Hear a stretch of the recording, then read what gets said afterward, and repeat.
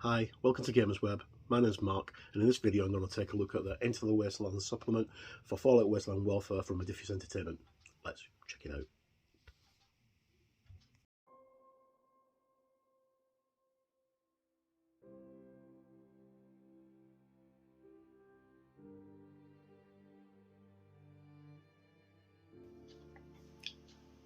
Hi, welcome back. Okay, in this video, as I mentioned in the intro, I'm going to take a look at the Into the Wasteland supplement for Fallout Wasteland Warfare from Modiphius Entertainment.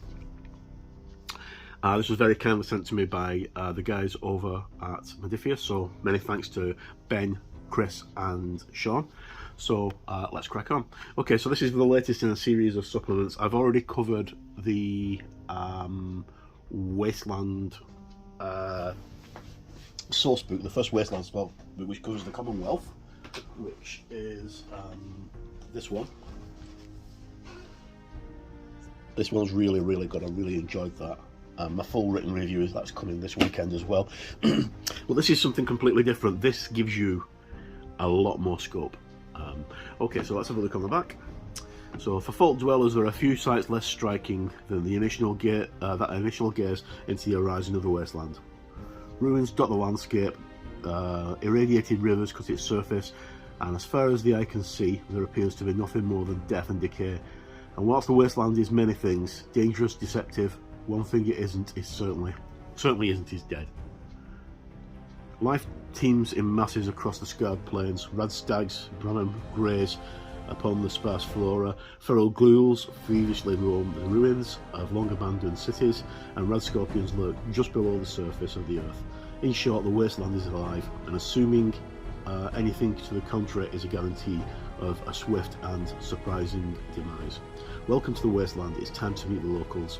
Into the Wasteland is an expansion for Fallout Wasteland Warfare that allows players to roam the wasteland, explore new locations, meet the inhabitants that call it home, whether your forces looking for new technology, hunting for just enough food to keep themselves fed, scouting, or simply passing through, the wasteland is sure to throw some surprises into the mix. Into the Wasteland includes rules to generate wasteland scenarios where your force can encounter a variety of habitats and inhabitants, as well as neutral behaviour system to expand on the AI rules found in the campaign handbook, meaning that each foray into the wasteland is bound to bring its own unique challenges, with few as dangerous as the new legendary creatures that roam the landscape. Also included is To the Rescue, a new campaign focusing on your force recovering from the destruction of their settlement, hunting down the sinister institute raiding party responsible. This campaign focuses on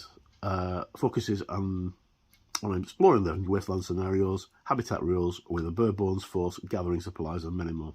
Includes a booklet with the rules needed to play for the Into the Wasteland expansion, 22 neutral behaviour AI cards and 26 neutral behaviour summary cards, 8 new battle cards, 12 environment cards, 3 modification cards, 10 new player purpose cards, 6 legendary creature reference cards, 17 new unit cards, and 25 new weapons. Rules for wasteland scenarios, habitats, natural behaviour, legendary creatures, and a new campaign To the Rescue. Right, okay. You have to forgive my reading at the moment. I've got really bad eyesight and my glasses are not very good. They're not suitable for purpose. Okay, so much like the Commonwealth book, this comes as a pack, as you can see. And once we get the wrapper off, we go, like that, we are left with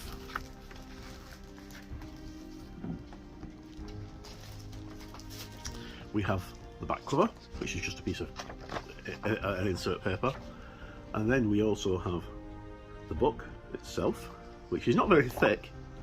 It's quite a thin book, but it's got a lot of information in it. And then we've also got our cards as well, and well, there's lots and lots of cards in here.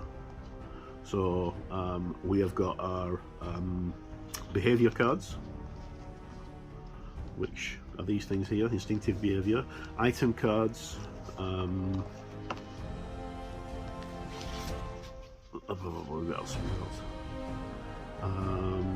Ship anchor sweeps, ship anchor slam, ship anchor. They're all for Swan. The couple of blank cards as well. Then we've got our character cards. So My Alert Queen, My Alert Queen 2, My Alert Hatchlings, Shipbreaker, Swan 1, 2 and 3, also 1 and 2. More AI cards, Bremen, Stingwings, Yaogai, Bloatflies, lots and lots of cards, as you can see. But the main focus of the bot is going to be the information that we get with the book itself. Now, not going to get any character cards in here as such, as in player characters, although you could use these cards as a player for someone to play with, because they normally have images on them. So there's lots and lots of cards there, but the main thing we need to do is look at the actual book itself, because that gives us all the information we need.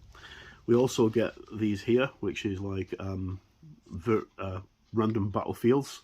So as you can see on these cards here, so you've got entry and exit points, setup points where you set up in different sizes. So all the information to how to use these cards is inside this booklet here, and there's quite a few of those. I think there's 12 of those, isn't there? There's 8. 8 there. Yeah, there's 8, sorry. Right, and then we come on to the book itself. Right, so let's crack on. Okay, so we have our introduction, which tells us how to use the book, really. Introduces legendary creatures and neutral creatures. They all get their own sections. We have the wasteland scenarios. How to create a wasteland scenario. So your players choose a force, you choose the battlefield, its shape and size, and the environment. So whether you're in a city, or a ruined town, or a ruined what's it called? Oh, my brain's gone. A ruined, abandoned warehouse or factory. This gives us everything we need. So players create their forces and models up to 500 caps.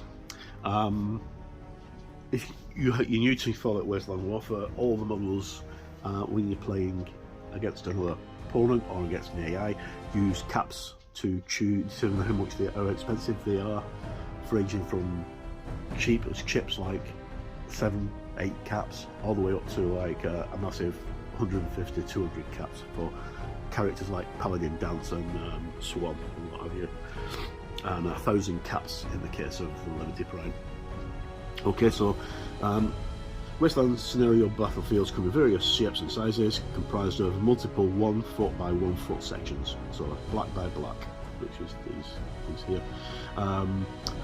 These are arranged orthogonally through adjacent sides being fully aligned with each other. The shape and size determination is a 1x1 sections, as well as their layouts, such as 1x4, 2x3, an L shape made of 4 sections, etc.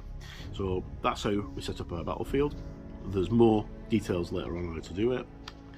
And then we've got on the side, on our sidebar, we've got a legend which tells us what each of the things like. So you've got waypoints, you've got the starting locations, and then you've got the player deployment. So quite cool.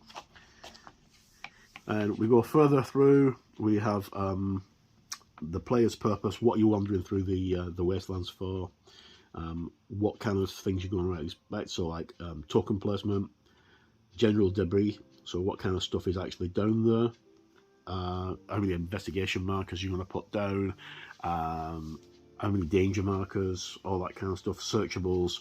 And this says here, if the player's purpose has not added random investigation markers to the battlefield, add 3 random investigation markers, 3 blank and 3 showing searchables, and draw 3 random searchable tokens which are placed with the markers if and when required. And inhabitants, what we're going to find here, the local populace, unknown inhabitants, adding inhabitants and general inhabitants. Again, we've got on the sidebars, we've got like what kind of wildlife you might come across, like a rad roach swarm, a glowing red roach swarm, mole rat, rabid mole rat, red scorpion, young red scorpion, feral ghoul, weak feral ghoul, dog, mutant hound fiend, mirelurk, soft shell mirelurk hatchlings, Brahman, red stag, yogwai, bloatfly bug, stingwing, and then we have occasional wildlife, which is the bigger stuff, so like a deathclaw, young deathclaw, a behemoth, weak behemoth, and then goes down to the fog crawlers and young mirelurk queen, alien mirelurk hunter, stuff like that, and a mirelurk queen. Okay, now I'm reading this as I'm going along, so I'll have a full review of the actual product very shortly. So we've got our way we play. We place our inhabitants and roll the red die to determine the distance from they scatter from the counting token that represents them. So place them down, and then we've got our AI, what's going to control them. So roaming, travelling, protective, stalking, gathering, hunting, lurking, fleeing. Those seem to be the main things that the creatures are doing. Here's an example of how things are generated. So supermoons scatter red from the counting token, which is where they go on, and that's the player's deployment zone. The dice result compared to the table shows that the mutants are roaming. So it's just you've walked around the corner, you randomly put down your table, your chart, your mat, and you generate your scenario, your terrain for your scenario, and the first thing you come across is a couple of wandering super mutants. We use a super mutant card, and all that. So we've got environmental factors as well to take into account. Then we've got additional rules here. We've got the Wasteland deck, so obviously you need to build your deck up before you start off. Additional rules for Wasteland scenarios. And then we've got the habitat overview, which is what these creatures do in their own area. So natural behaviour. Natural behaviour cards are anything like the animal's just grazing, it's eating its food, having its lunch, you walk by. Is it going to attack you? Is it just going to stay where it is? Who knows? And then each of the things have their own triggers, which can be various different things, depending on what the die gives you, and using the AI matrix. And then you've got the natural behaviour details. Then we have on the opposite of natural behaviour, we should have so exiting natural behaviour, so when they've been disturbed, what they're going to do. So a roaming lancer is hit by a raider. Roaming shows hostility, so its critical point token is placed next to the lancer due to the attack. If the lancer is aware of any further hostility triggers by the same raider, an additional token would not be added. If the lancer is aware of any hostility triggers by a model other than the raider which hit it, an additional token would be added. Okay, that makes no sense to me right now because I've not read everything. Okay, and then we have legendary creatures, legendary units such as Frank Corrigan, although he's not, although he's a super mutant, he's not actually classed as a roamer. He doesn't really roam, he actually works for one of the factions. Swan is probably a really good example of that, or maybe a legendary Mirelurk, or sorry, Mirelurk Queen, or a legendary Deathclaw. They're governed by their own sets of rules, and they always consist of multiple cards. So Swan, for example, has got 2 cards. Once you've destroyed all of Swan's first card, he then the card gets replaced. The model stays exactly where it is, but the card gets replaced with his second card because he's enraged and he's not happy. Much like in the game, when you actually take enough health off a legendary character, they mutate and become stronger and harder to kill. That's the same thing. So we got a campaign called To the Rescue, and It gives us a breakdown of the campaign, the overview, instructions for scenarios 1 to 4, and the event deck, scenario setup, and we've got numbered sections, scenarios 1 to 4, and this is just basically a flowchart of where you win, you know, like a roll your own book type thing, or do your own adventure of how you win. So you may have achieved a victory, but congratulations. You may not have achieved a victory, but congratulations for reaching the encampment. So like a mini scenario for that. And then we've got a scenario here, which is the Institute encampment. And that brings us to the end of the book. Okay, so this is just my initial look at it, because I've not actually read the thing. I need to read it all the way through before I go any further. I've got a full review of this coming very shortly, once I've read it all out. It's worth it just because it adds extra strings to the bow and gives me something to do. I can play this game solo, which is really good because I've now got a lot of miniatures for it. I've got another video that I've just done that's going live this week, which will be live by the time this is out, which is the Brotherhood of Steel core box set. And then I've got this, which was also very kindly sent to me by the guys at Modiphius. Many thanks to those again. The Gunners core box set, which is my next video review. And then hopefully I should have the Institute and the Forged in Fire supplement, because I think they're on the way from eBay for me to review. Right, so that's my look at the Into the Wastelands supplement book from Fallout Wasteland Warfare by Modiphius. Thank you for tuning in. Once again, my many thanks to Chris, Sean and Ben from Modiphius. It means a lot. And no matter where you're in the world, please stay safe. Look after yourself. Roll those dice high if you can. Or in some cases, like in Fallout Wasteland Warfare, try and roll them low. And please look after yourself, and thank you for tuning in. My name's Mark. Thank you.